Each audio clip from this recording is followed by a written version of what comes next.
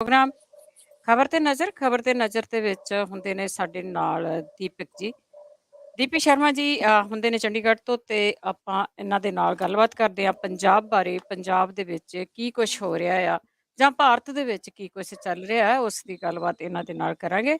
ਗੱਲਬਾਤ ਤੋਂ ਪਹਿਲਾਂ ਧੰਨਵਾਦ ਸਾਡੇ ਸਪਾਂਸਰ ਦਾ ਜਿਨ੍ਹਾਂ ਨੇ ਇਸ ਪ੍ਰੋਗਰਾਮ ਨੂੰ ਸਪਾਂਸਰ ਕੀਤਾ ਸਭ ਤੱਕ ਪਹੁੰਚਾਇਆ। ਖਾਲਸਾ ਇੰਸ਼ੋਰੈਂਸ ਏਜੰਸੀ ਸਾਨੋਜ਼ੇ 4082722500 ਟਰਕੀਆਣਾ immigration law firm California 4159090503 Gurdeep Singh Birdi Clovis Satnam Singh Shergill Selma Jagtar Singh Anandpuri Fremont Charanjit Singh Badwal Sacramento Mandeep Singh Sarabjit Kaur ਸੈਨੋਜ਼ੇ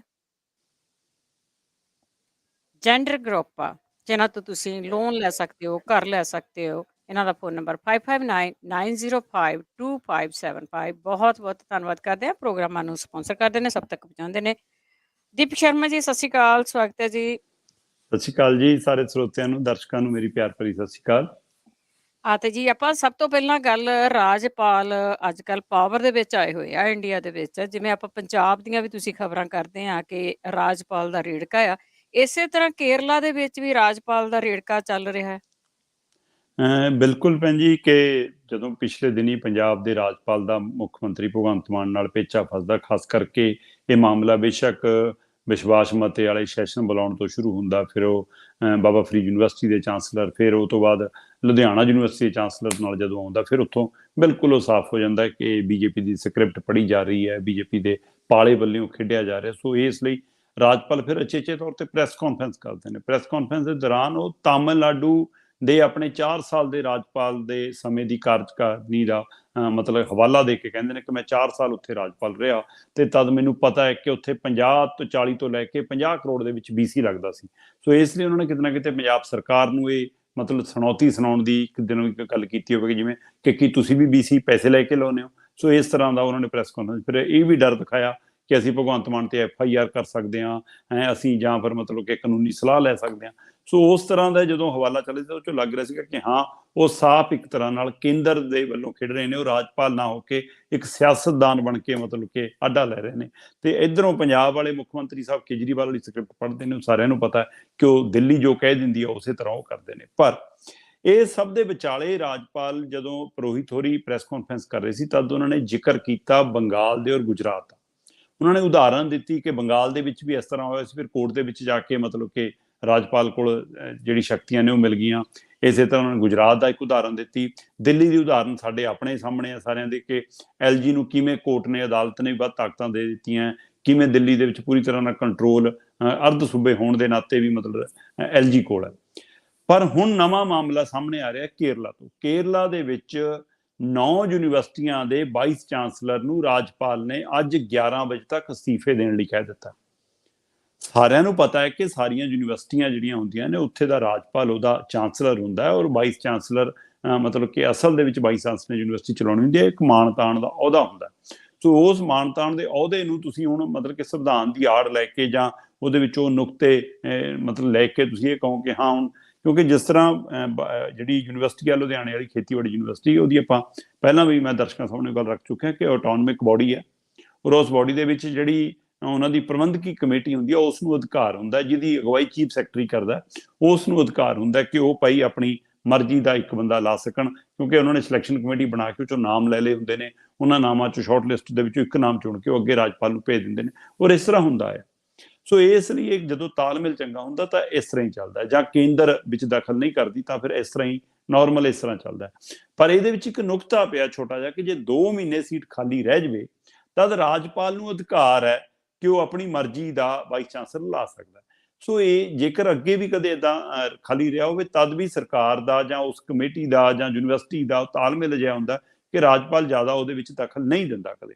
ਪਰ ਹੁਣ ਜਦੋਂ ਆਡਾ ਚੱਲ ਰਿਹਾ ਸਰਕਾਰ ਦਾ, ਸਰਕਾਰ ਵੀ ਝੂਠ ਬੋਲਦੀ ਹੈ, ਕਦੇ ਕਹਿੰਦੀ ਹੈ ਕਿ ਇਸ ਤਰ੍ਹਾਂ ਨਹੀਂ ਜੀ ਪੰਜਾਬ ਦੇ ਮਸਲਿਆਂ ਨੂੰ ਲੈ ਕੇ ਵਿਸ਼ੇਸ਼ ਸੈਸ਼ਨ ਬੁਲਾਉਣਾ, ਬਾਅਦ ਚੋਂ ਲਿਆਉਂਦੇ ਨੇ ਭਰੋਸੇ ਦਾ ਮਤਾ ਜਦੋਂ ਕਿ ਕਿਸੇ ਧਿਰ ਨੇ ਮੰਗੇ ਨਹੀਂ ਕੀਤੀ ਸੀ। ਉਹ ਜਿਹੜਾ ਬਖੇੜਾ ਖੜਾ ਹੋਇਆ ਉਹਦਾ ਮੌਕਾ ਮਿਲ ਗਿਆ ਰਾਜਪਾਲ ਪੁਰੋਹਿਤ ਨੂੰ ਤੇ ਉਹ ਵਾਧਾ ਵੱਧ ਗਿਆ।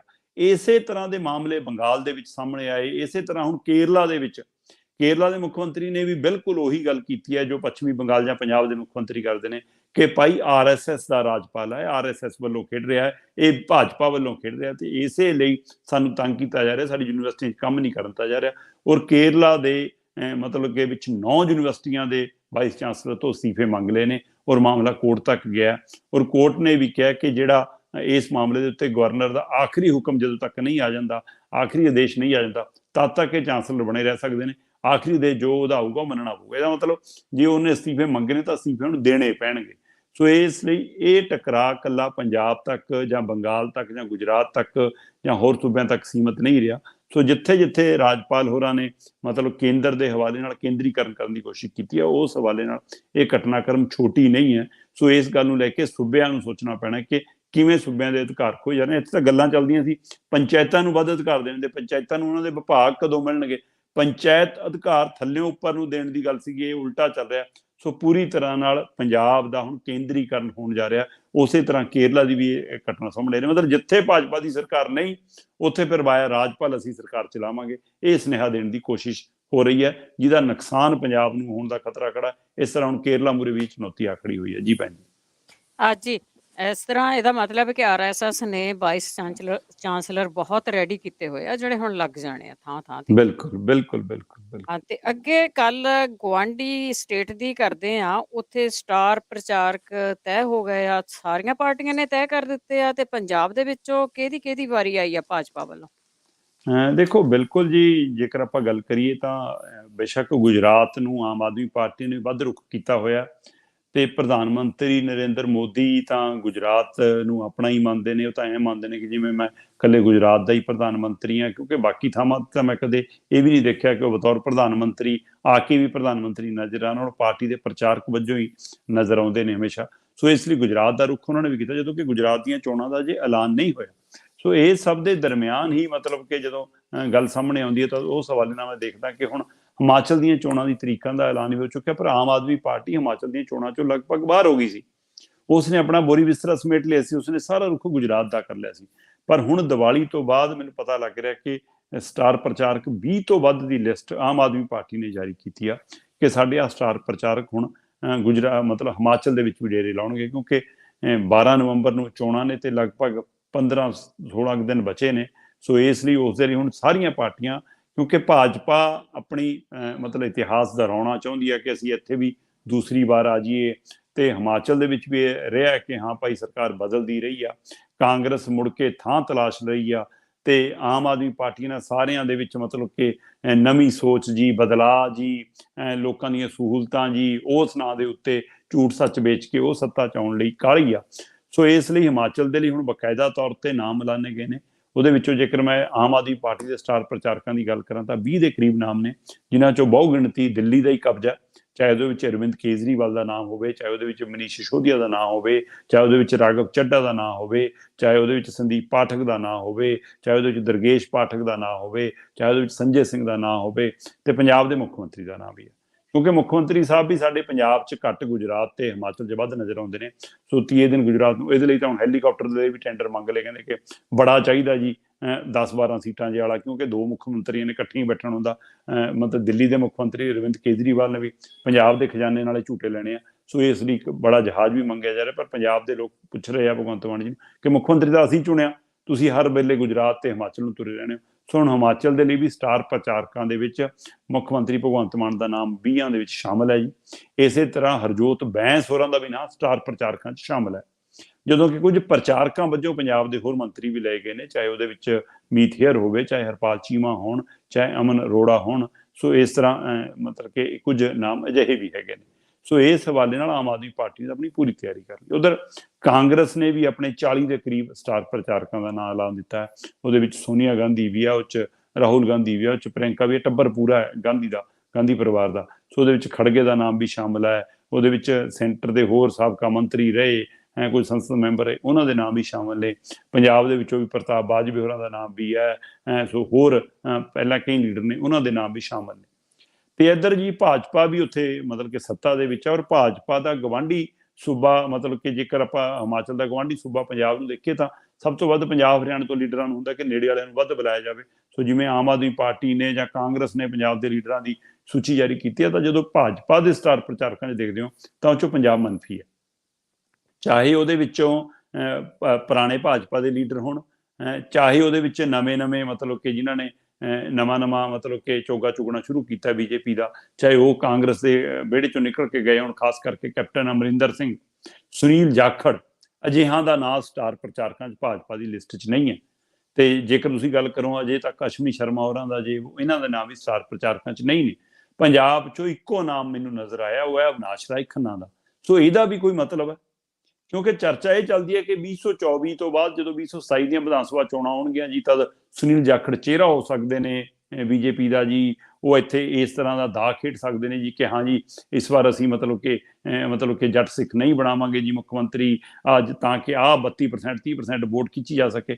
ਪਰ ਇੱਧਰ ਜਦੋਂ ਸਟਾਰ ਪ੍ਰਚਾਰਕ ਦੀ ਗੱਲ ਆਉਂਦੀ ਹੈ ਹਿਮਾਚਲ ਦੇ ਵਿੱਚ, ਜਿਹਦੇ ਵਿੱਚੋਂ ਜੇ ਦੇਖਿਆ ਜਾਵੇ ਤਾਂ ਸੁਨੀਲ ਜਾਖੜ ਬੁਲਾਰੇ ਵਜੋਂ ਬਹੁਤ ਵਧੀਆ ਨੇ, ਤਕਰੀਰ ਕਰਨ ਦੇ ਮਾਹਰ ਨੇ, ਸ਼ਬਦਾਂ ਦੇ ਉਹਦੇ ਕੋਲ ਬਾਣ ਹੈਗੇ ਨੇ। ਔਰ ਹਿਮਾਚਲ ਦੀ ਜਿੰਨੀ ਬੈਲਟ ਪੰਜਾਬ ਨਾਲ ਲੱਗਦੀ ਆ, ਉਸ ਹਵਾਲੇ ਨਾਲ ਤਾਂ ਵੈਸੇ ਹੀ ਮਤਲਬ ਕਿ ਇਸ ਨਾਤੇ ਉਹਨਾਂ ਨੂੰ ਬੁਲਾਇਆ ਜਾਣ ਦੀ ਸਾਰਿਆਂ ਨੂੰ ਵੀ ਸੀ, ਪਰ ਨਾ ਕੈਪਟਨ ਦਾ, ਕਿਉਂਕਿ ਕੈਪਟਨ ਦਾ ਰਿਸ਼ਤਾ ਵੀ ਆ ਹਿਮਾਚਲ ਨਾਲ, ਚਾਹੇ ਉਹ ਵਾਦੀਆਂ ਦਾ ਰਿਸ਼ਤਾ ਹੋਵੇ, ਚਾਹੇ ਉਹ ਰਿਸ਼ਤੇਦਾਰੀ ਦਾ ਵਿਆਹ ਦੇ ਰਿਸ਼ਤੇ ਹੋਣ ਪਰਿਵਾਰਾਂ ਦੇ ਵਿੱਚ, ਚਾਹੇ ਉਹ ਰਾਜੇ ਮਹਾਰਾਜਿਆਂ ਵਾਲਾ ਹਵਾਲਾ ਹੋਵੇ ਉਹਨਾਂ ਦਾ। ਸੋ ਉਹਦੇ ਨਾਲ ਉਹਨਾਂ ਦੀ ਸਾਂਝ ਵੀ ਰਹੀ, ਪਰ ਨਾ ਅਮਰਿੰਦਰ ਦਾ ਨਾ ਜਾਖੜ ਦਾ ਨਾ ਕੁਝ ਹੋਰ ਨਵੇਂ ਕਾਂਗਰਸੀ ਆਏ ਇੱਧਰ ਉਹਨਾਂ ਦਾ ਨਾ ਪੁਰਾਣੇ ਬੀਜੇਪੀ ਦਾ ਨਾਂ, ਪੰਜਾਬ 'ਚੋਂ ਸਿਰਫ ਅਵਿਨਾਸ਼ ਰਾਏ ਖੰਨੇ ਦਾ। ਹੁਣ ਇਹਦਾ ਕੀ ਭਾਵ ਹੈ ਕਿ ਆਉਣ ਵਾਲੇ ਸਮੇਂ ਦੇ ਵਿੱਚ ਉਹ ਭਾਵ ਸਾਫ਼ ਹੋਏਗਾ, ਪਰ ਫਿਲਹਾਲ ਸਾਰਿਆਂ ਨੇ ਹੁਣ ਰੁੱਖ ਮਤਲਬ ਕਿ ਖੁੱਲ੍ਹ ਕੇ ਹਿਮਾਚਲ ਵੱਲ ਦਾ ਕੀਤਾ। ਉਹਦਾ ਕਾਰਨ ਇਹ ਹੈ ਕਿ 12 ਨਵੰਬਰ ਨੂੰ ਵੋਟਾਂ ਪੈਣੀਆਂ ਨੇ, ਸੋ ਦਿਨ ਗਿਣਵੇਂ ਰਹਿ ਗਏ ਨੇ।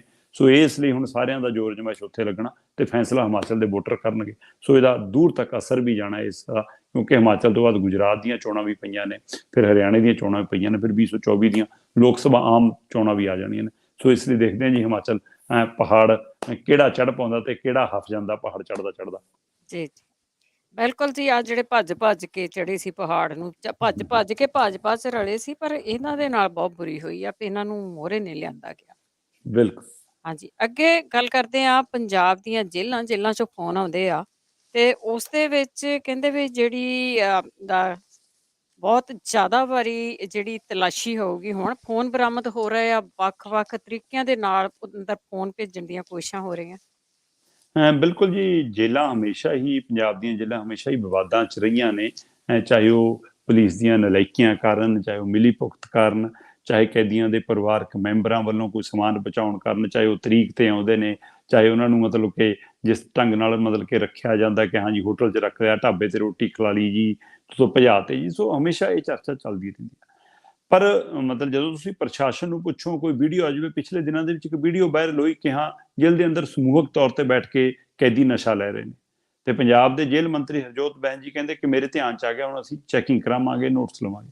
ਸਵਾਲ ਇਹ ਕਿ ਇੱਕ ਵੀਡੀਓ ਆ ਗਈ ਤਾਂ ਤੁਸੀਂ ਕਹਿੰਦੇ ਹੋ ਕਿ ਸਾਡੇ ਧਿਆਨ 'ਚ ਆ ਗਿਆ। ਇਸ ਵੀਡੀਓ ਤੋਂ ਬਿਨਾਂ ਕੀ ਉੱਥੇ ਤੈਨਾਤ ਮੁਲਾਜ਼ਮਾਂ ਦੀਆਂ ਅੱਖਾਂ ਨਹੀਂ ਹੈਗੀਆਂ ਕਿ ਉਹਨਾਂ ਨੂੰ ਪਤਾ ਨਹੀਂ ਲੱਗਦਾ ਕਿ ਕੀ ਕੁਛ ਹੋ ਰਿਹਾ, ਜਾਂ ਕਿਹਦੀ ਸ਼ਹਿ ਤੇ ਹੁੰਦਾ, ਕਿਹਦੇ ਇਸ਼ਾਰੇ ਤੇ ਹੁੰਦਾ? ਇਸ ਤਰ੍ਹਾਂ ਕੀ ਹੋ ਸਕਦਾ ਕਿ ਅੰਦਰ ਇੰਨਾ ਕੁਛ ਚਲਾ ਜਾਵੇ? ਸੋ ਇਸ ਹਵਾਲੇ ਤੋਂ ਸਾਫ਼ ਹੈ ਕਿ ਇਹ ਬਿਨਾਂ ਉੱਥੇ ਜੇਲ੍ਹ 'ਚ ਤੈਨਾਤ ਅਮਲੇ ਫਾਲੇ ਤੋਂ ਔਰ ਉਹਨਾਂ ਦੇ ਮੰਤਰੀਆਂ ਸੰਤਰੀਆਂ ਅਫਸਰਾਂ ਦੇ ਅਧਿਕਾਰੀਆਂ ਦੇ ਸਾਂਝ ਨਾਲ ਮਤਲਬ ਕਿ ਲੈਣ ਦੇਣ ਤੋਂ ਬਿਨਾਂ ਜੇਲ੍ਹ 'ਚ ਇਹੋ ਜਿਹਾ ਕੁਛ ਨਹੀਂ ਪਹੁੰਚ ਸਕਦਾ। ਸੋ ਇਹ ਕੋਈ ਮਤਲਬ ਕਿ ਹਵਾ ਦਾ ਬੁੱਲਾ ਤਾਂ ਹੈ ਨਹੀਂਗਾ ਕਿ ਹਾਂ ਸਲਾਖਾਂ ਦੇ ਵਿੱਚੋਂ ਵੀ ਲੰਘ ਗਿਆ, ਝਰੀਟਾਂ 'ਚੋਂ ਵੀ ਲੰਘ ਗਿਆ। ਸੋ ਮੋਬਾਇਲ ਫਿਰ ਨਸ਼ਾ, ਫਿਰ ਉਹ ਮਤਲਬ ਸਮਾਨ ਉਹ ਜਿਹਾ, ਚਾਹੇ ਉਹ ਬੀੜੀ ਸਿਗਰਟ ਦਾਰੂ ਸਿੱਕਾ ਪੱਤਾ ਜਰਦਾ ਜੀ, ਉਹ ਕਿਹੜੀ ਚੀਜ਼ ਹੈ ਜਿਹੜੀ ਨਹੀਂ ਅੰਦਰ ਮਿਲਦੀ? ਸੋ ਕਹਿੰਦੇ ਡਿਮਾਂਡ ਤੇ ਮਿਲਦਾ, ਉੱਥੇ ਜਿਵੇਂ ਆਨਲਾਈਨ ਸਮਾਨ ਸਪਲਾਈ ਹੁੰਦਾ ਉਵੇਂ ਮਿਲਦਾ। ਸੋ ਹੁਣ ਕਹਿੰਦੇ ਜੀ ਪੁਲਿਸ ਦਮ ਭਰ ਰਹੀ ਹੈ ਕਿ ਅਸੀਂ ਜੀ ਇੱਕ ਦਿਨ ਦੇ ਵਿੱਚ 6 ਵਾਰ ਚੈਕਿੰਗ ਕਰਿਆ ਕਰਾਂਗੇ। ਤੇ ਆ ਦੀਵਾਲੀ ਨੂੰ ਲੈ ਕੇ ਜੀ ਕਹਿੰਦੇ ਕਿ ਸਖਤ ਚੈਕਿੰਗ ਕੀਤੀ ਤਾਂ ਨਾਭੇ ਦੀ ਜੇਲ੍ਹ ਦੇ ਵਿੱਚੋਂ ਹੀ ਜੀ 9 ਮੋਬਾਈਲ ਬਰਾਮਦ ਹੋਏ, ਜਿਨ੍ਹਾਂ ਚੋਂ 6 ਤੋਂ ਵੱਧ ਮੋਬਾਈਲ ਤਾਂ ਸਿਰਫ ਜਿਹੜੇ ਜੂਸ ਵਾਲੇ ਡੱਬੇ ਆ ਉਹਨਾਂ ਚੋਂ ਮਿਲ ਗਏ। ਸੋ ਜੀ ਕਿਸੇ ਕਹਿੰਦੇ ਜੀ ਜੂਸ ਦਾ ਡੱਬਾ ਕਿਸੇ ਨੇ ਸਿੱਟਿਆ ਜੀ, ਅੰਦਰ ਆ ਗਿਆ ਜੀ, ਅਸੀਂ ਫਰੋਲਿਆ ਤਾਂ ਉਹਦੇ ਵਿੱਚ ਇੱਕ ਪੈਕਟ ਸੀਗਾ ਜੀ, ਪੈਕਟ ਖੋਲ੍ਹਿਆ ਤਾਂ ਉਹਦੇ ਵਿੱਚੋਂ ਇੱਕ ਬੈਟਰੀ ਤੇ ਇੱਕ ਮੋਬਾਈਲ ਮਿਲ ਗਿਆ ਜੀ। ਇੱਦਾਂ ਹੀ ਜੀ ਕਹਿੰਦੇ ਜਿਹੜੀਆਂ ਉੱਥੇ ਮਤਲਬ ਜਦੋਂ ਕੈਦੀਆਂ ਨੂੰ ਕੰਮ ਕਰਨ ਲਈ ਫੈਕਟਰੀਆਂ 'ਚ ਲਿਆਇਆ ਜਾਂਦਾ, ਉਹ ਫੈਕਟਰੀਆਂ ਦੇ ਪਿੱਛੇ ਜਿੱਥੇ ਕੂੜਾ ਕੜਾ ਸਿੱਟਦੇ ਆ ਜੀ, ਕਹਿੰਦੇ ਉੱਥੇ ਜਦੋਂ ਫਰੋਲਾ ਫਰਾਲੀ ਕੀਤੀ ਤਾਂ ਜੀ ਜੂਸ ਦੇ 4 ਡੱਬੇ ਮਿਲੇ, ਉਹਨਾਂ ਵਿੱਚੋਂ ਮੋਬਾਈਲ ਮਿਲ ਗਿਆ ਜੀ। ਕਿਸੇ ਦੇ ਸਿਰਹਾਣੇ ਥੱਲਿਓਂ ਮਿਲ ਗਿਆ ਜੀ। ਸੋ ਕਿਸੇ ਨੇ ਲੁਕੋ ਕੇ ਰੱਖਿਆ ਸੀ, ਉਹਦੀ ਤਲਾਸ਼ੀ 'ਚੋਂ ਮਿਲ ਗਿਆ ਜੀ। ਸੋ 9 ਮੋਬਾਈਲ ਨਾਭਾ ਜੇਲ੍ਹ 'ਚੋਂ ਹੀ ਮਿਲ ਗਏ। ਤੇ ਇਸ ਤੋਂ ਬਾਅਦ ਹੁਣ ਫਿਰੋਜ਼ਪੁਰ ਦੀ ਜੇਲ੍ਹ ਵੀ ਮਤਲਬ ਚਰਚਾ 'ਚ ਆ ਗਈ, ਉੱਥੇ ਵੀ ਕਹਿੰਦੇ ਨੇ ਕਿ 5 ਮੋਬਾਈਲ ਇਸੇ ਤਰ੍ਹਾਂ ਮਿਲੇ ਨੇ ਜੀ, ਉਹ ਤਲਾਸ਼ੀ ਦੌਰਾਨ ਮਿਲੇ ਨੇ। ਤੇ ਇਸ ਲਈ ਕਹਿੰਦੇ ਕਿ ਹੁਣ ਪੰਜਾਬ ਸਰਕਾਰ ਨੇ, ਪੰਜਾਬ ਦੇ ਜੇਲ੍ਹ ਵਿਭਾਗ ਨੇ, ਪੁਲਿਸ ਅਧਿਕਾਰੀਆਂ ਨੇ ਇੱਕ ਮਤਲਬ ਕਿ ਇਹ ਯੋਜਨਾ ਲੈ ਕੇ ਆਏ ਨੇ ਜੀ ਕਿ ਹੁਣ ਹਰ ਰੋਜ਼ 6 ਵਾਰ ਤਲਾਸ਼ੀ ਹੋਊਗੀ। ਤੇ ਇਹ ਗਰੰਟੀ ਕੀ ਹੈ ਕਿ ਉਦੋਂ ਬਾਅਦ ਨਹੀਂ ਮਿਲੂਗਾ, ਕਿਉਂਕਿ ਇਸ ਦੇ ਦੌਰਾਨ ਨਸ਼ਾ ਵੱਡੀ ਗਿਣਤੀ 'ਚ ਅੰਦਰ ਪਹੁੰਚਦਾ ਵੀ ਹੈ ਔਰ ਮਿਲ ਵੀ ਰਿਹਾ, ਬਰਾਮਦ ਵੀ ਹੁੰਦਾ, ਪਰ ਉਹਦੇ ਬਾਵਜੂਦ ਵੀ ਫੋਨ ਵੀ ਅੰਦਰੋਂ ਚੱਲਦੇ ਨੇ, ਪ੍ਰੋਫਾਈਲ ਵੀ ਅਪਡੇਟ ਹੁੰਦੀਆਂ ਨੇ, ਸਿਮ ਕਿੱਥੋਂ ਐਕਟੀਵੇਟ ਹੁੰਦੀਆਂ ਨੇ, ਚਾਰਜ ਕੌਣ ਕਰਾਉਂਦਾ ਹੈ, ਫੋਨ ਚਾਰਜ ਕਰਨ ਦੇ ਲਈ ਬਿਜਲੀ ਦੇ ਪਲੱਗ ਕੌਣ ਦਿੰਦਾ, ਸੋ ਸਾਰਾ ਕੁਝ ਮਤਲਬ ਸਮਝ ਆਉਂਦੀ ਹੈ ਕਿ ਉੱਥੇ ਕਿੱਥੋਂ ਕੀ ਸਿਸਟਮ ਹੈ। ਤੇ ਹੁਣ ਇੱਕ ਹੋਰ ਪਹਿਲੂ ਉੱਪਰ ਕੇ ਬਾਹਰ ਸਾਹਮਣੇ ਆਇਆ, ਪੁਲਿਸ ਨੇ ਇੱਕ ਅਜਿਹਾ ਗਰੋਹ ਫੜਿਆ ਜਿਹੜਾ ਨਸ਼ੇ ਦਾ ਮਤਲਬ ਕਿ ਸਮਾਨ ਜਿਹੜਾ ਸੀਗਾ, ਚਾਹੇ ਉਹ ਦਵਾਈਆਂ ਦੇ ਰੂਪ 'ਚ ਹੈ, ਚਾਹੇ ਸ਼ੀਸ਼ੀਆਂ ਦੇ ਰੂਪ 'ਚ ਹੈ, ਚਾਹੇ ਕਿਸੇ ਹੋਰ ਰੂਪ 'ਚ ਹੈ, ਕਹਿੰਦੇ ਕੋਰੀਅਰ ਕੰਪਨੀਆਂ ਰਾਹੀਂ ਮੰਗਵਾਇਆ ਜਾਂਦਾ। ਸੋ ਇੱਕ ਕੋਰੀਅਰ ਕੰਪਨੀ ਦੇ ਨਾਲ ਮਿਲ ਕੇ ਅਜਿਹਾ ਕੰਮ ਕਰਨ ਵਾਲਾ ਗਰੋਹ ਕਹਿੰਦੇ ਹੱਥੇ ਚੜਿਆ। ਤੇ ਇੱਥੋਂ ਅੰਦਾਜ਼ਾ ਲਾਓ ਕਿ ਇਹਦਾ ਮਤਲਬ ਕਿਹੜਾ ਕਿਹੜਾ ਫਾਰਮੂਲਾ ਜਿਹੜਾ ਅਪਣਾਇਆ ਜਾਂਦਾ। ਕਹਿੰਦੇ ਜੀ ਕਿ ਕੋਰੀਅਰ ਜਿਹੜੇ ਆਉਂਦੇ ਨੇ ਉਹ ਵੱਡੇ ਟਰੱਕਾਂ ਦੇ ਰਾਹੀਂ, ਟੈਂਪੂਆਂ ਦੇ ਰਾਹੀਂ ਜਾਂ ਰੇਲਵੇ ਦੇ ਰਾਹੀਂ ਅੱਗੇ ਆ ਕੇ ਕੰਪਨੀਆਂ ਕੋਲ ਸਪਲਾਈ ਹੁੰਦੀ। ਉਹ ਕੰਪਨੀਆਂ ਦਾ ਐਡਾ ਵੱਡਾ ਕਾਰੋਬਾਰ ਹੈ ਕਿ ਪੁਲਿਸ ਉਹਨਾਂ ਦੇ ਟੈਂਪੂ ਉਹਨਾਂ ਨੂੰ ਟਰੇਲਿਆਂ ਨੂੰ ਚੈੱਕ ਹੀ ਨਹੀਂ ਕਰਦੀ, ਕਦੇ ਉਹਨਾਂ ਦੇ ਬੋਰੇ ਖੋਲ ਕੇ ਨਹੀਂ ਦੇਖਦੀ। ਪਰ ਜਦੋਂ ਕਹਿੰਦੇ ਇਹੋ ਜਿਹੀ ਗੁਪਤ ਸੂਚਨਾ ਮਿਲੀ ਕਿ ਵੱਡੇ ਪੱਧਰ ਤੇ ਕੋਈ ਖੇਪ ਆ ਰਹੀ ਹੈ, ਉਹ ਵਾਇਆ ਕੋਰੀਅਰ ਆ ਰਹੀ ਹੈ, ਤੇ ਜਦੋਂ ਕਹਿੰਦੇ ਜਾਂਚ ਕੀਤੀ, ਉਹ ਗੋਲੀਆਂ ਹਜ਼ਾਰਾਂ ਦੀ ਗਿਣਤੀਆਂ ਸੀਗੀਆਂ ਜਿਹੜੀਆਂ ਬਰਾਮਦ ਹੋ ਗਈਆਂ। ਸੋ ਇਸ ਲਈ ਕਿੱਥੇ ਕਿੱਥੇ ਕਿਵੇਂ ਕਿਵੇਂ ਮਤਲਬ ਸਿਸਟਮ ਬਰਕਰਾਰ ਹੈ, ਔਰ ਇਹ ਪਹਿਲਾ ਮੌਕਾ ਨਹੀਂ ਹੈ ਕਿ ਇਹੋ ਜਿਹੀ ਕੋਈ ਬਰਾਮਦਗੀ ਹੋਈ ਹੋਵੇ ਜਾਂ ਜੇਲ੍ਹ ਚੋਂ ਫਰਾਰੀ ਦੀਆਂ ਕੋਈ ਪਹਿਲੀਆਂ ਘਟਨਾਵਾਂ ਹੋਣ। ਪਹਿਲੇ ਕਾਂਗਰਸ ਦੇ ਰਾਜ 'ਚ ਵੀ, ਅਕਾਲੀਆਂ ਦੇ ਰਾਜ 'ਚ ਵੀ, ਤੇ ਹੁਣ ਉਹੀ ਕੁਛ ਆਮ ਆਦਮੀ ਪਾਰਟੀ ਦੇ ਰਾਜ 'ਚ ਵੀ ਹੁੰਦਾ। ਆਮ ਆਦਮੀ ਪਾਰਟੀ ਦੇ ਰਾਜ ਤਾਂ ਸਹੇਲੀਆਂ ਸਣੇ ਕੈਦੀ ਭਜਾਏ ਜਾਂਦੇ ਨੇ। ਸੋ ਇੱਥੋਂ ਅੰਦਾਜ਼ਾ ਲਾ ਲਓ ਕਿ ਕਿੱਧਰ ਨੂੰ ਜਾ ਰਿਹਾ ਸਾਡਾ ਸਿਸਟਮ। ਤੇ ਆਹ ਤਾਜ਼ਾ ਘਟਨਾ ਨੇ ਸਾਹਮਣੇ ਲਿਆਤਾ ਕਿ ਹੁਣ ਮਤਲਬ ਖਾਣ ਵਾਲੀ ਚੀਜ਼ ਵੀ ਜਿਹੜੀ ਅੰਦਰ ਜਾਂਦੀ ਆ, ਉਹ ਵੀ ਪਹਿਲਾਂ ਵੀ ਜਾਂਚ ਦਾ ਵਿਸ਼ਾ ਰਿਹਾ, ਪਰ ਹੁਣ ਤਕਨੀਕ ਦੇਖੋ ਤੁਸੀਂ ਕਿਸ ਤਰ੍ਹਾਂ ਕਿ ਡੱਬਾ ਵੱਢਣਾ ਵੀ ਹੈ, ਕੱਟਣਾ ਵੀ ਹੈ, ਉਹ 'ਚ ਮਾਲ ਪਾਉਣਾ ਵੀ ਹੈ, ਫਿਰ ਉਹ ਜੂਸ ਦਾ ਵੀ ਡੱਬਾ ਬਣਾਉਣਾ ਵੀ ਹੈ, ਤੇ ਫਿਰ ਉਹਦੇ ਵਿੱਚ ਹੁਣ ਬਰਾਮਦਗੀ। ਇਹ ਉਹ ਹੈ ਜੋ ਮਿਲ ਜਾਂਦਾ, ਜਿਹੜੀ ਖਬਰ ਬਾਹਰ ਆ ਜਾਂਦੀ ਹੈ, ਜੋ ਜੀ ਨਹੀਂ ਦੱਸਣ ਦਿੱਤਾ ਜਾਂਦਾ, ਬਾਹਰ ਨਹੀਂ ਆਉਂਦਾ, ਉਹਦੇ ਤਾਂ ਅੰਕੜੇ ਹੀ ਨਹੀਂ ਨਾ ਕੋਈ ਹੈਗੇ। ਸੋ ਇਸੇ ਤਰ੍ਹਾਂ ਜਿਹੜੀ ਬਾਰਡਰ ਤੋਂ ਖੇਪ ਬਰਾਮਦ ਹੁੰਦੀ ਹੈ, ਕਹਿੰਦੀ ਕਿ ਇੰਨੇ ਕਰੋੜ ਦੀ ਖੇਪ ਫੜ ਲਈ। ਸੋ ਤਾਂ ਜਿਹੜੀ ਫੜੀ ਤੁਸੀਂ ਦੱਸੀ ਉਹਦਾ ਹੀ ਪਤਾ ਨਾ, ਜਿਹੜੀ ਲੰਘਾਈ ਜਾਂ ਜਿਹੜੀ ਲੰਘ ਗਈ ਉਹਦਾ ਕੋਈ ਅੰਦਾਜ਼ਾ ਹੀ ਨਹੀਂ ਹੁੰਦਾ। ਸੋ ਇਸ ਲਈ ਇਹ ਸਿਰਫ ਦਿਖਾਵੇ ਲਈ, ਗੋਗਲੂਆਂ ਤੋਂ ਮਿੱਟੀ ਝਾੜਨ ਵਾਲਾ ਕੰਮ ਹੈ ਕਿ 6 ਵਾਰ ਚੈਕਿੰਗ ਕਰਾਂਗੇ, 6 ਵਾਰ ਦੀ ਛੱਡ, ਚਾਹੇ 12 ਘੰਟੇ ਸਵੇਰੇ ਤੇ 12 ਘੰਟੇ ਰਾਤ ਦੇ, 24 ਘੰਟੇ ਹਰ ਘੰਟੇ ਬਾਅਦ ਵੀ ਚੈਕਿੰਗ ਕਰਦੇ ਰਹਿਣ, ਤਾਂ ਵੀ ਅੰਦਰ ਪਹੁੰਚਾਉਂਦਾ ਕੌਣ ਹੈ? ਸਵਾਲ ਤਾਂ ਇਹਦਾ। ਬਿਲਕੁਲ ਜੀ, ਬਿਲਕੁਲ। ਜਿੰਨਾ ਚਿਰ ਮਨ ਨਹੀਂ ਨਾ ਸਾਫ਼ ਹੁੰਦੇ ਉੱਥੇ ਲੋਕਾਂ ਦੇ, ਇਹ ਕੰਮ ਕਰਨ ਵਾਲਿਆਂ ਦੇ, ਕੁਛ ਨਹੀਂ ਹੋਣਾ। ਤੇ ਅੱਗੇ ਆਪਣਾ ਇੱਕ ਸਿਹਤ ਮੰਤਰੀ ਹੈਗਾ ਆਪਣੇ ਪੰਜਾਬ ਦਾ ਹੀ, ਜੌੜੇ ਮਾਜਰਾ, ਸੁਰਖੀਆਂ 'ਚ ਬਹੁਤ ਰਹਿੰਦਾ ਆ ਉਹ। ਬਿਲਕੁਲ। ਕਾਫੀ ਪਿਛਲੇ ਸਮੇਂ ਤੋਂ ਸੁਰਖੀਆਂ 'ਚ ਰਿਹਾ ਆ, ਤੇ ਉਹਦੇ ਜਿਹੜਾ ਇਲਾਕੇ ਦੇ ਵਿੱਚ ਹਸਪੀਟਲ ਆਉਂਦਾ, ਉਹਦੇ ਸ਼ਹਿਰ ਦੇ ਵਿੱਚ ਹੀ, ਉਹਦਾ ਪਾਣੀ ਨਹੀਂ ਕਹਿੰਦੇ ਪੀਣ ਯੋਗ। ਬਿਲਕੁਲ ਜੀ, ਆਪਾਂ ਪਹਿਲਾਂ ਵੀ ਗੱਲ ਕਰਦੇ ਰਹੇ ਹਾਂ ਕਿ ਪੰਜਾਬ ਦੇ ਚਾਹੇ ਮਤਲਬ ਹਸਪਤਾਲ ਨੇ, ਪੰਜਾਬ ਦੇ ਚਾਹੇ ਸਰਕਾਰੀ ਸਕੂਲ ਨੇ, ਪੰਜਾਬ ਦੇ ਘਰਾਂ ਦੇ ਵਿੱਚ ਪੀਣ ਵਾਲਾ ਪਾਣੀ ਜਿਹੜਾ ਸਰਕਾਰ ਉਪਲਬਧ ਕਰਾਉਂਦੀ ਉਹ ਪੀਣ ਯੋਗ ਨਹੀਂ। ਸੋ ਇਹਦਾ ਕਾਰਨ ਲੱਭਣ ਦੀ ਕੋਸ਼ਿਸ਼ ਨਹੀਂ ਹੁੰਦੀ। ਸੈਂਪਲ ਜਾਂਚ ਕਰਾਏ ਜੀ, ਸੈਂਪਲ ਫੇਲ ਹੋ ਗਏ ਜੀ, ਹੁਣ ਅਸੀਂ ਟੈਂਕੀਆਂ ਸਾਫ਼ ਕਰਾਵਾਂਗੇ ਜੀ, ਅਸੀਂ ਪੀਣ ਵਾਲੇ ਪਾਣੀ ਦੀ ਸਪਲਾਈ ਦੇ ਵਿੱਚੋਂ ਲਾਲ ਦਵਾਈ ਪਾ ਦਾਂਗੇ ਜੀ, ਅਸੀਂ ਦੂਈ ਦਵਾਈ ਪਾ ਦਾਂਗੇ ਜੀ। ਉਹਦਾ ਹੱਲ ਕੱਢਣ ਦੀ ਕੋਸ਼ਿਸ਼ ਨਹੀਂ ਹੁੰਦੀ ਕਿ ਕਾਰਨ ਕੀ ਹੈ।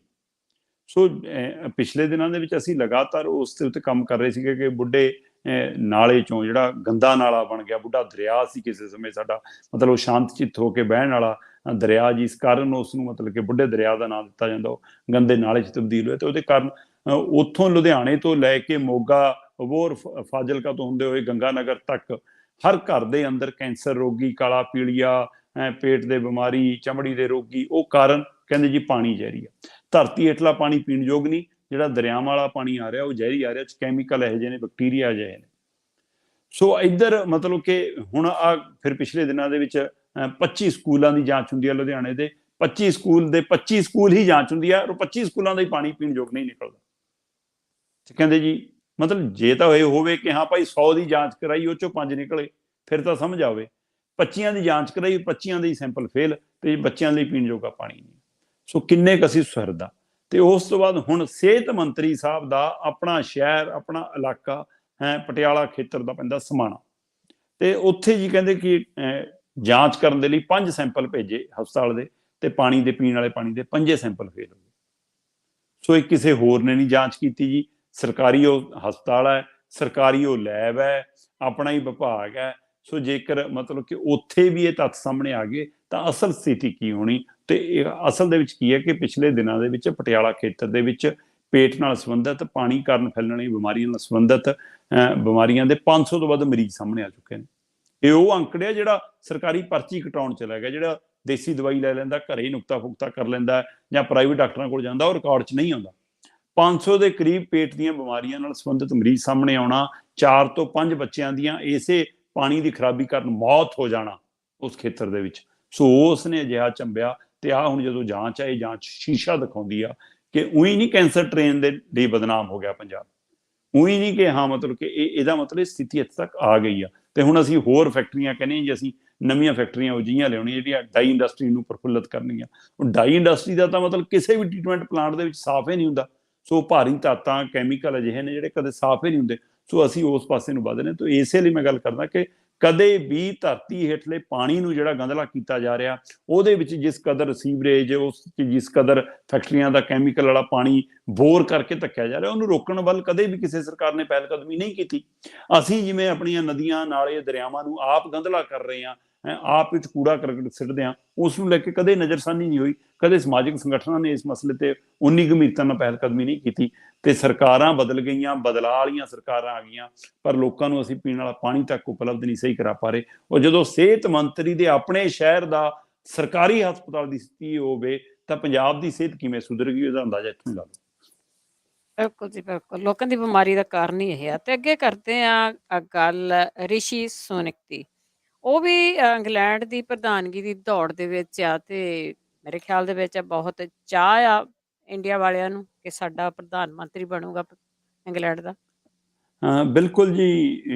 ਜੇਕਰ ਗੱਲ ਕਰੀਏ ਤਾਂ ਭਾਰਤ ਮੂਲ ਦੇ ਨੇ ਰਿਸ਼ੀ ਸੁਨਕ, ਤੇ ਉਹਦੇ ਨਾਤੇ ਸਮੁੱਚੇ ਭਾਰਤ ਨੂੰ ਮਤਲਬ ਅੱਜ ਮਾਣ ਮਹਿਸੂਸ ਹੋ ਰਿਹਾ ਕਿ ਹਾਂਜੀ, ਸਾਡਾ ਬੰਦਾ ਮਤਲਬ ਕਿ ਇੱਕ ਵਿਦੇਸ਼ ਦੇ ਵਿੱਚ ਜਾ ਕੇ ਉੱਥੇ ਬ੍ਰਿਟੇਨ ਦਾ ਪ੍ਰਧਾਨ ਮੰਤਰੀ ਬਣ ਜਾ ਰਿਹਾ। ਔਰ ਖਾਸ ਕਰਕੇ ਕਿ ਉਹਨੂੰ ਬਹੁਮਤ ਦੇ ਰੂਪ ਦੇ ਵਿੱਚ ਸਾਰੇ ਸੰਸਦ ਮੈਂਬਰਾਂ ਦਾ ਸਮਰਥਨ ਵੀ ਮਿਲ ਰਿਹਾ, ਕਿਉਂਕਿ ਮੈਂ ਦੇਖ ਰਿਹਾ ਸੀਗਾ ਕਿ ਜਿਹੜੇ ਦੋਏ ਉਹਦੇ ਸਾਹਮਣੇ ਆਏ, ਚਾਹੇ ਉਹ ਪਹਿਲਾਂ ਪ੍ਰਧਾਨ ਮੰਤਰੀ ਰਹੇ ਹੁਣ ਬੋਰਿਸ ਜੌਨਸਨ ਜਾਂ ਮੇਨੀ ਹੋਰਾਂ ਨੇ, ਉਹਨਾਂ ਨੇ ਆਪਣੇ ਨਾਮ ਵਾਪਸ ਲੈ ਲਏ ਨੇ।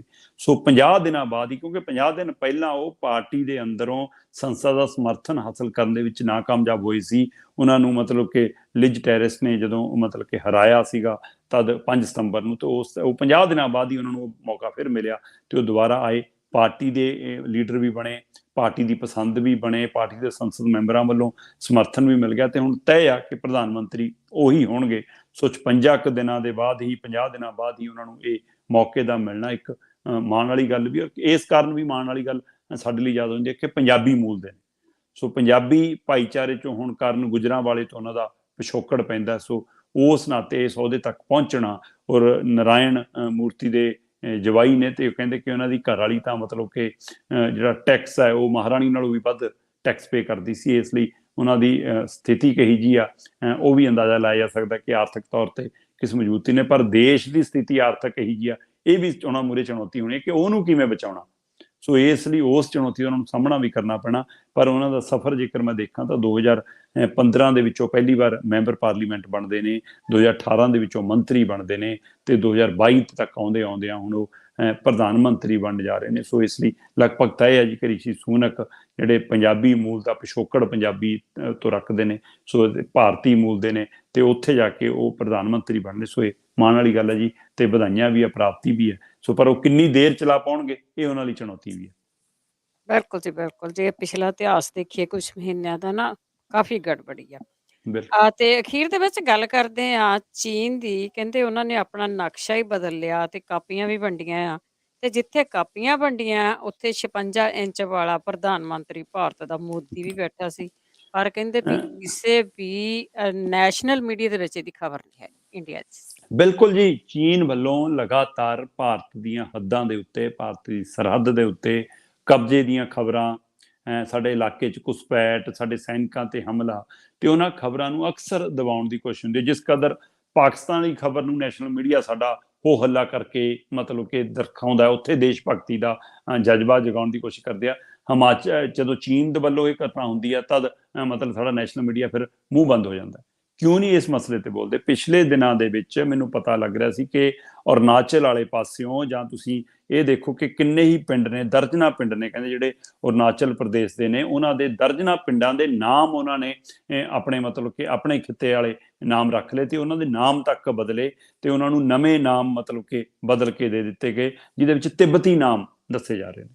ਸੋ ਉਸ ਦੀ ਵੀ ਖਬਰ ਕਿਤੇ ਮਤਲਬ ਮੈਨੂੰ ਨਹੀਂ ਲੱਗਦਾ ਕਿ ਭਾਰਤੀ ਮੀਡੀਆ ਦੇ ਵਿੱਚ ਕਿਤੇ ਧਿਆਨ ਚ ਆਈ ਹੋਵੇ ਕਿ ਹਾਂ ਜਦੋਂ ਸਾਡੇ ਸ਼ਹਿਰਾਂ ਦੇ, ਸਾਡੇ ਇਲਾਕੇ ਦੇ, ਅਰੁਣਾਚਲ ਪ੍ਰਦੇਸ਼ ਨਾਲ ਸੰਬੰਧਿਤ ਭਾਰਤੀ ਇਲਾਕਿਆਂ ਦੇ ਪਿੰਡਾਂ ਦੇ ਨਾਮ ਉਹਨਾਂ ਨੇ ਆਪਣੇ ਨਾਮ ਨਾਲ ਰੱਖੇ ਤੇ ਉਹਨਾਂ ਨੂੰ ਆਪਣੇ ਕਬਜ਼ੇ 'ਚ ਦਿਖਾਇਆ। ਇੱਥੇ ਤੱਕ ਇਹ ਨਹੀਂ ਗੱਲ, ਇਹ ਤਾਂ ਉਹ ਸੀ ਜਿਹੜੀ ਖਬਰ ਉਸ ਸਮੇਂ ਰੁਕੀ। ਉਸ ਤੋਂ ਬਾਅਦ ਹੁਣ ਇਹ ਨਾ ਤਾਂ ਮੀਡੀਆ ਕਹਿ ਰਿਹਾ ਜੀ, ਕਿਉਂਕਿ ਇਹ ਵੀ ਕਹਿੰਦੇ ਨਾ ਕਿ ਕੁਝ ਮੀਡੀਆ ਮਤਲਬ ਜਾਣਬੁੱਝ ਕੇ ਜੀ ਮਤਲਬ ਕਿ ਭਾਜਪਾ ਨੂੰ ਬਦਨਾਮ ਕਰਦਾ। ਸੋ ਇਸ ਲਈ ਗੱਲ ਮੀਡੀਆ ਨੇ ਸਾਹਮਣੇ ਨਹੀਂ ਲਿਆਂਦੀ। ਨਾ ਭਾਜਪਾ ਪੱਖੀ ਮੀਡੀਆ ਬੋਲਿਆ ਤੇ ਨਾ ਭਾਜਪਾ ਵਿਰੋਧੀ ਜਿਸ ਮੀਡੀਆ ਨੂੰ ਸਮਝਦੇ ਨਾ ਉਹ ਬੋਲਿਆ ਕੌਣ? ਸੁਬਰਾਮਨੀਅਮ ਸਵਾਮੀ ਜੀ ਬੋਲੇ। ਤੇ ਸੁਬਰਾਮਨੀਅਮ ਸਵਾਮੀ ਕੌਣ ਨੇ? ਭਾਜਪਾ ਦੇ ਮੈਂਬਰ ਪਾਰਲੀਮੈਂਟ ਨੇ, ਭਾਜਪਾ ਦੇ ਹੀ ਲੀਡਰ ਨੇ। ਸੋ ਭਾਜਪਾ ਦੇ ਲੀਡਰ ਸੁਬਰਾਮਨੀਅਮ ਸਵਾਮੀ ਨੇ ਗੱਲ ਸਾਹਮਣੇ ਲਿਆਂਦੀ ਹੈ। ਉਹਨਾਂ ਦਾ ਕਹਿਣਾ ਹੈ ਜੀ ਕਿ ਉਹ ਕਹਿੰਦੇ ਕਿ ਪਿਛਲੇ ਦਿਨੀ ਉਜ਼ਬੇਕਿਸਤਾਨ ਦੇ ਵਿੱਚ ਇੱਕ ਸਮਾਗਮ ਸੀਗਾ ਜਿੱਥੇ ਸੰਘਈ ਸਹਿਯੋਗ ਨਾਲ ਇੱਕ ਸੰਗਠਨ ਦੀ ਬੈਠਕ ਸੀ ਤੇ ਉਸ ਬੈਠਕ ਦੇ ਵਿੱਚ ਭਾਰਤ ਦੇ ਪ੍ਰਧਾਨ ਮੰਤਰੀ ਨਰਿੰਦਰ ਮੋਦੀ ਮੌਜੂਦ ਸੀ। ਉਸ ਮੌਜੂਦਗੀ ਦੇ ਦੌਰਾਨ ਹੀ ਚੀਨ ਨੇ ਆਪਣੇ ਦੇਸ਼ ਦਾ ਅਧਿਕਾਰਤ ਨਕਸ਼ਾ ਵੰਡਿਆ ਤੇ ਜਿਹੜਾ ਉਹ ਨਕਸ਼ਾ ਵੰਡਿਆ ਉਹਦੇ ਵਿੱਚ ਬਕਾਇਦਾ ਤੌਰ ਤੇ ਅਰੁਣਾਚਲ ਪ੍ਰਦੇਸ਼ ਦੇ ਇਲਾਕਿਆਂ ਨੂੰ ਆਪਣੇ ਇਲਾਕਿਆਂ 'ਚ ਸ਼ਾਮਲ ਦਿਖਾਇਆ ਗਿਆ, ਲੇਹ ਲਦਾਖ ਦੇ ਇਲਾਕਿਆਂ ਨੂੰ ਆਪਣੇ ਨਕਸ਼ੇ 'ਚ ਸ਼ਾਮਲ ਦਿਖਾਇਆ ਗਿਆ, ਅਧਿਕਾਰਕ ਤੌਰ ਤੇ ਉਹ ਨਕਸ਼ੇ ਸ਼ਾਮਲ ਦਿਖਾਇਆ। ਤੇ ਕਹਿੰਦੇ ਜੀ ਮੋਦੀ ਜੀ ਜਵਾਬ ਤਾਂ ਦੇ ਦੇਣਗੇ ਕਿ ਉੱਥੇ ਵਿਰੋਧ ਕੀਤਾ, ਕਿ ਭਾਰਤ ਆ ਕੇ ਕੋਈ ਵਿਰੋਧ ਜਤਾਇਆ, ਕਿ ਮੀਡੀਆ 'ਚ ਖਬਰ ਆਈ, ਕਿਹਨੇ ਲੁਕੋਈ ਇਹ ਖਬਰ? ਸੋ ਉੱਥੇ 56 ਇੰਚ ਦੀ ਛਾਤੀ ਫਿਰ ਮਤਲਬ ਕਿ ਕਿਉਂ ਚੂਹੇ ਦੀ ਛਾਤੀ ਬਣ ਕੇ ਰਹਿ ਗਈ? ਕਿਉਂ ਨਹੀਂ ਉੱਥੇ ਲਲਕਾਰ ਕੇ ਬੋਲ ਸਕੇ? ਕਿਉਂ ਨਹੀਂ ਉੱਥੇ ਵਿਰੋਧ ਕਰ ਸਕੇ? ਕਿਉਂ ਨਹੀਂ ਉਸ ਬੈਠਕ ਚੋਂ ਬਾਹਰ ਆ ਕੇ ਬੋਲੇ?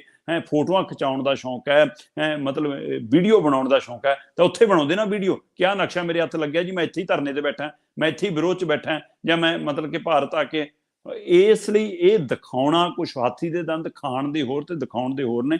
ਇਸ ਮਸਲੇ ਤੇ ਹੁਣ ਚੀਨ ਨੇ ਅਧਿਕਾਰਤ ਨਕਸ਼ੇ ਦੇ ਵਿੱਚ ਲਦਾਖ ਦੇ ਖੇਤਰ ਨੂੰ ਔਰ ਅਰੁਣਾਚਲ ਪ੍ਰਦੇਸ਼ ਦੇ ਖੇਤਰ ਨੂੰ ਅਧਿਕਾਰਤ ਤੌਰ ਤੇ ਆਪਣੇ ਨਕਸ਼ੇ ਸ਼ਾਮਲ ਕਰਕੇ ਇੱਕ ਤਰ੍ਹਾਂ ਨਾਲ ਇਹ ਦਰਸਾ ਦਿੱਤਾ ਕਿ ਜੋ ਕਰਨਾ ਤੁਸੀਂ ਕਰ ਲਓ। ਇਹ ਸਿੱਧੀ ਚੁਣੌਤੀ ਦਿੱਤੀ ਹੈ ਭਾਰਤ ਨੂੰ। ਪਰ ਨਾ ਤਾਂ ਮਤਲਬ ਕਿ ਸੱਤਾ ਪੱਖੀ ਸਰਕਾਰੀ ਤੋਤਾ ਮੀਡੀਆ ਬੋਲ ਰਿਹਾ ਤੇ ਨਾ ਸਰਕਾਰੀ ਧਿਰ ਬੋਲ ਰਹੀ ਹੈ, ਨਾ ਭਾਜਪਾ ਦੇ ਲੀਡਰ ਕੁਛ ਰਹੇ ਨੇ। ਹੁਣ ਦੇਸ਼ ਭਗਤੀ ਕਿੱਥੇ ਹੈ?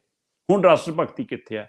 ਹੁਣ ਤਿਰੰਗੇ ਲੈ ਕੇ ਉੱਥੇ ਪਹੁੰਚਣੇ ਚਾਹੀਦੇ ਸੀ ਬਾਰਡਰ ਤੇ। ਘੱਟੋ ਘੱਟ RSS ਵਾਲਿਆਂ ਨੂੰ ਭੇਜ ਦਿਓ, ਜਿਨ੍ਹਾਂ ਦੀਆਂ ਵਰਦੀਆਂ ਵੀ ਹੁਣ ਤਾਂ ਤੁਸੀਂ ਪੂਰੀਆਂ ਕਰ ਲਈਆਂ ਨਿੱਕਰਾਂ ਤੋਂ ਪੈਂਟਾਂ ਤੇ ਉਹਨਾਂ ਨੂੰ ਲਾ ਦਿਓ ਬਾਰਡਰ ਤੇ ਫਿਰ। ਸੋ ਇਸ ਲਈ ਇੱਥੇ ਇਸ ਹਵਾਲੇ ਤੋਂ ਸਾਫ਼ ਹੈ ਕਿ ਇਹ ਸਿਰਫ ਜੋ ਚੀਜ਼ ਆਪਣੇ ਹਵਾਲੇ ਨਾਲ ਪ੍ਰਚਾਰ ਕਰਨੀ ਹੈ ਉਸ ਨੂੰ ਸਾਹਮਣੇ ਲੈਂਦਾ ਜਾਂਦਾ। ਔਰ ਇਹ ਤੱਥ ਵੀ ਹੁਣ ਇਹਨਾਂ ਦੀ ਆਪਣੀ ਪਾਰਟੀ ਦਾ ਇੱਕ ਲੀਡਰ ਸਾਹਮਣੇ ਲੈ ਕੇ ਆਉਂਦਾ ਤਾਂ ਉਹਦਾ ਜਵਾਬ ਦੇ ਦੇਣ। ਉਹਨੇ ਸੋਸ਼ਲ ਮੀਡੀਆ ਤੇ ਟਵੀਟ ਤੇ ਗੱਲ ਸਾਹਮਣੇ ਲਿਆ ਦਿੱਤੀ ਹੈ। ਸੋ ਉਸ ਗੱਲ ਦਾ ਜਵਾਬ ਨਹੀਂ ਹੈ ਜੀ ਇਹਨਾਂ ਕੋਲ। ਜੀ ਜੀ ਬਿਲਕੁਲ, ਸਿਰਫ ਆਪਣੇ ਦੇਸ਼ ਦੇ ਵਾਸੀਆਂ ਦੇ ਉੱਤੇ ਬਰਨ ਜੋਗੇ ਆ। ਬਹੁਤ ਬਹੁਤ ਧੰਨਵਾਦ ਦੀਪਕ ਜੀ। ਬਹੁਤ ਸ਼ੁਕਰੀਆ ਜੀ, ਸਾਰਿਆਂ ਨੂੰ ਸਤਿ ਸ਼੍ਰੀ ਅਕਾਲ। ਸਤਿ ਸ਼੍ਰੀ ਅਕਾਲ ਜੀ। ਤੇ ਸਰੋਤੇ ਸਨ ਦੀਪਕ ਸ਼ਰਮਾ ਜੀ, ਸਾਡੇ ਨਾਲ ਜੁੜਦੇ ਨੇ, ਕਰਦੇ ਨੇ ਖਬਰਾਂ। ਇਸੇ ਦੇ ਨਾਲ ਸਾਡਾ ਅੱਜ ਦਾ ਬੁਲਟਨ ਇੱਥੇ ਸਮਾਪਤ। ਬਲਵਿੰਦਰ ਕੌਰ ਵੱਲੋਂ ਵੀ ਆਪ ਸਭ ਨੂੰ ਪਿਆਰ ਭਰੀ ਸਤਿ ਸ਼੍ਰੀ ਅਕਾਲ।